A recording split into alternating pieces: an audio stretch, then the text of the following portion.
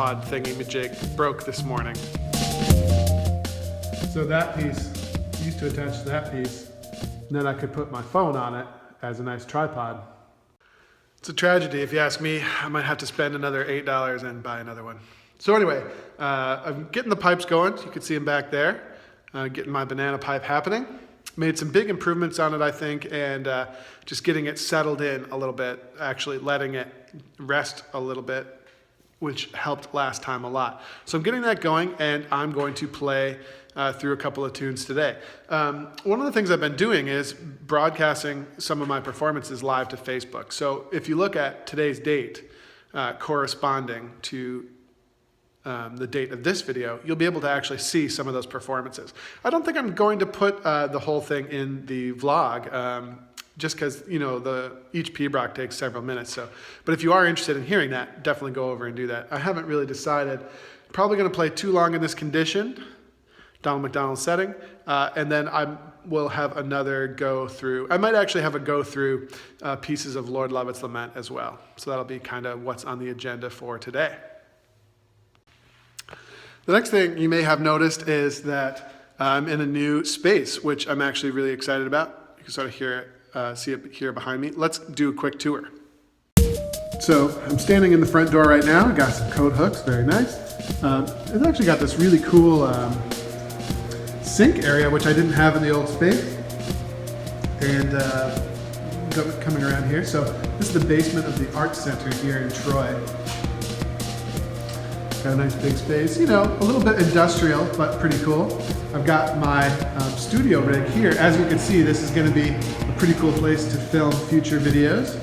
I've got my manometer set up. I've got a mirror, got my amp, got a nice chalkboard. Things are happening here.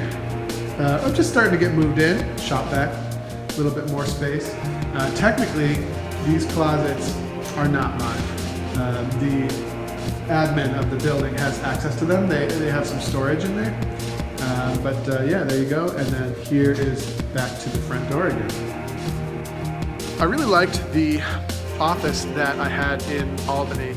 It was pretty cool, but the big irony there is you couldn't really play bagpipes there during business hours. And of course, this is my business, so I need to be able to play.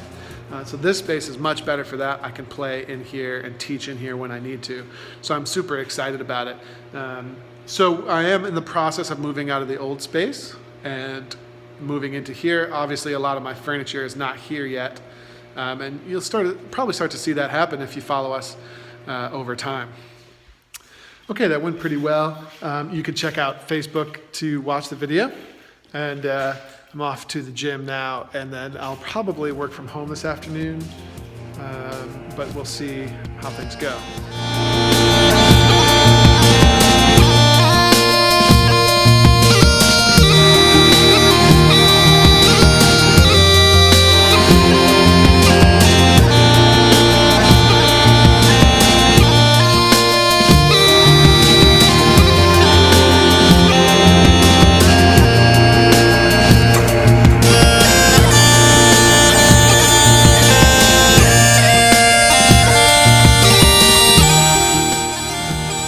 Yep, definitely gonna miss that view, but small price to pay for blind. Okay, so I'm back from the gym, had to do a couple of odds and ends, and now I thought what I would do, just for kicks, because I've got some old reeds that I've spotted laying around. I thought I might kill some time today on the vlog by taking a reed and just dissecting it and sort of looking at how it all works. It's really kind of interesting how simple it is, yet you'll also get a sense, you know, as we look into it, right? You'll get a sense for just the sort of craftsmanship that must go into making these reeds, and it's sort of like a small miracle that they actually produce the sound that they do. So, I don't know, let's get into it and see what we see. Okay, so here we are. Now this is our reed here, and the camera is going to auto adjust and stuff like that because it's very bright in here, but you know, you'll get a chance to kind of look at it in detail.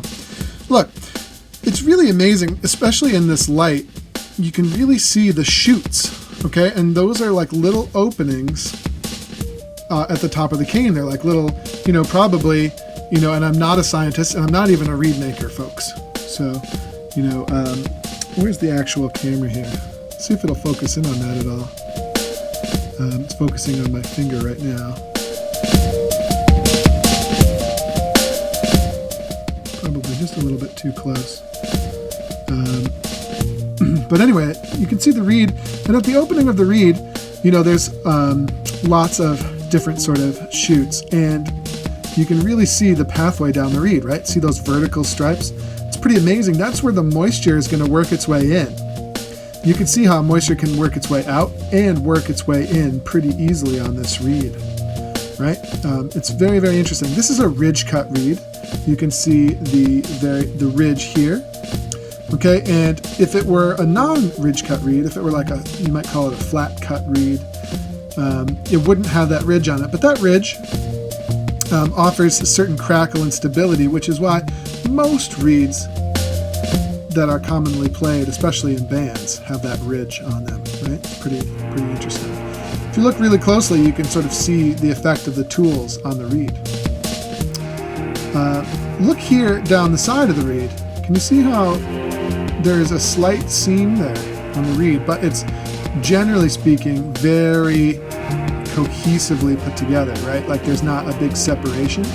A good sign of a bad reed would be that seam being especially pronounced. Okay, and so that's what we've got so far on the reed.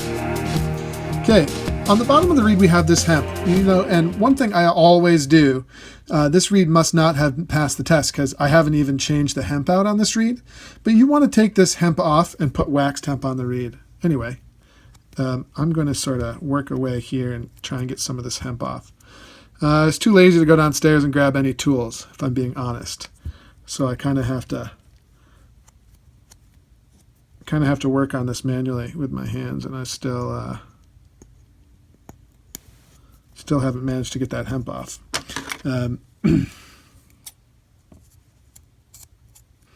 More than one way to do it. Just made a little snip with my scissors. There we go. Let's get some of this hemp off. Okay. Now we're going to see the copper staple here, now that I've gotten some of that hemp off. Copper staple, very interesting. See how the staple is disconnected here? It's not a full, complete circle. I believe, I could be mistaken, reed makers, please correct me here, but some reeds can be made with no break in the staple, which gives the reed slightly different properties and makes it even sound a little bit different. Okay, now the thing that holds the blades onto the staple is the wrapping here, or you might call it the binding. I'm not entirely sure. Like I said, I just play these things. I don't know a whole lot about them, but it is interesting, right? Let's have a look. Let me see if I can cut some of this binding off with my scissors. If you have an X-Acto knife, that would be even better, but there we go. I've cut it off a little bit. See if I can't get this binding off a little bit.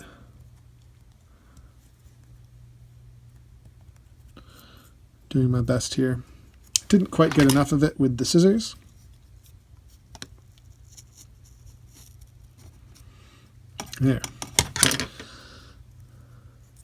There we go. Now look, the binding is like super waxed, like sealed hemp of some kind, and it's very, very sticky. I don't know if they use some sort of glue or something like that.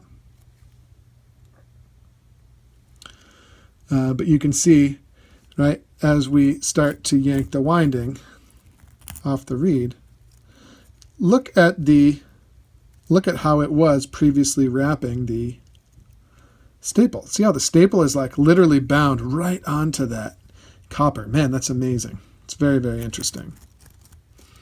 Okay, I'm just pulling the winding right off. Can I get this last piece off?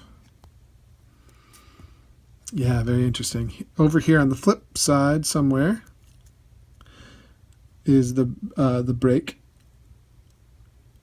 and the copper piping. And look how the reed was just bound. And then the blades fall right off. So here's your finished copper staple here on the inside of a reed. You can see it's got the nice break. And then look at how the staple, it's sort of pinched in at the end, just like you would expect it to be, really. Very, very interesting, I think. Right, and then here is what the finished blade looks like. And this is just 1/2. Look at how the shoots go all the way in. I bet you that moisture can ultimately penetrate all the way down through the reed. Right, the moisture would likely come in from the top. It'll eventually penetrate. Think about how much time it takes for moisture to really sort of naturally work its way all the way down into all those little fibers. It'll probably take a while, right? That's why it's so important to let the bagpipe stabilize. Right? The blade sort of attaches like so.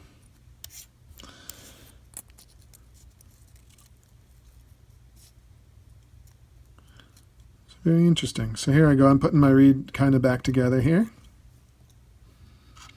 And then I've seen the reed makers, they have those cool binding tools that they use. But they take their whatchamacallits. Putting my reed back together. Not really. I highly doubt it will make a sound, but it's worth giving a try.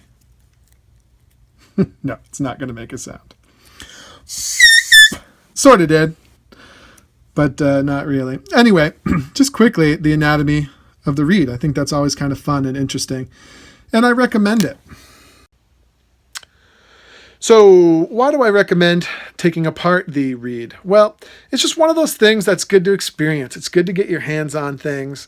It's good to rock and roll. And I think in the long run, it helps you become a better piper, just to sort of dig into things and figure out how it all works and how it all gets put together. The last thing I would say is just that, don't do it on any of your good reeds, but yeah, find some old reeds that you're not going to use anymore, grab an X-Acto knife, take them apart, let it rip, and just go for it. Take apart a couple reeds. I think it'll be pretty cool.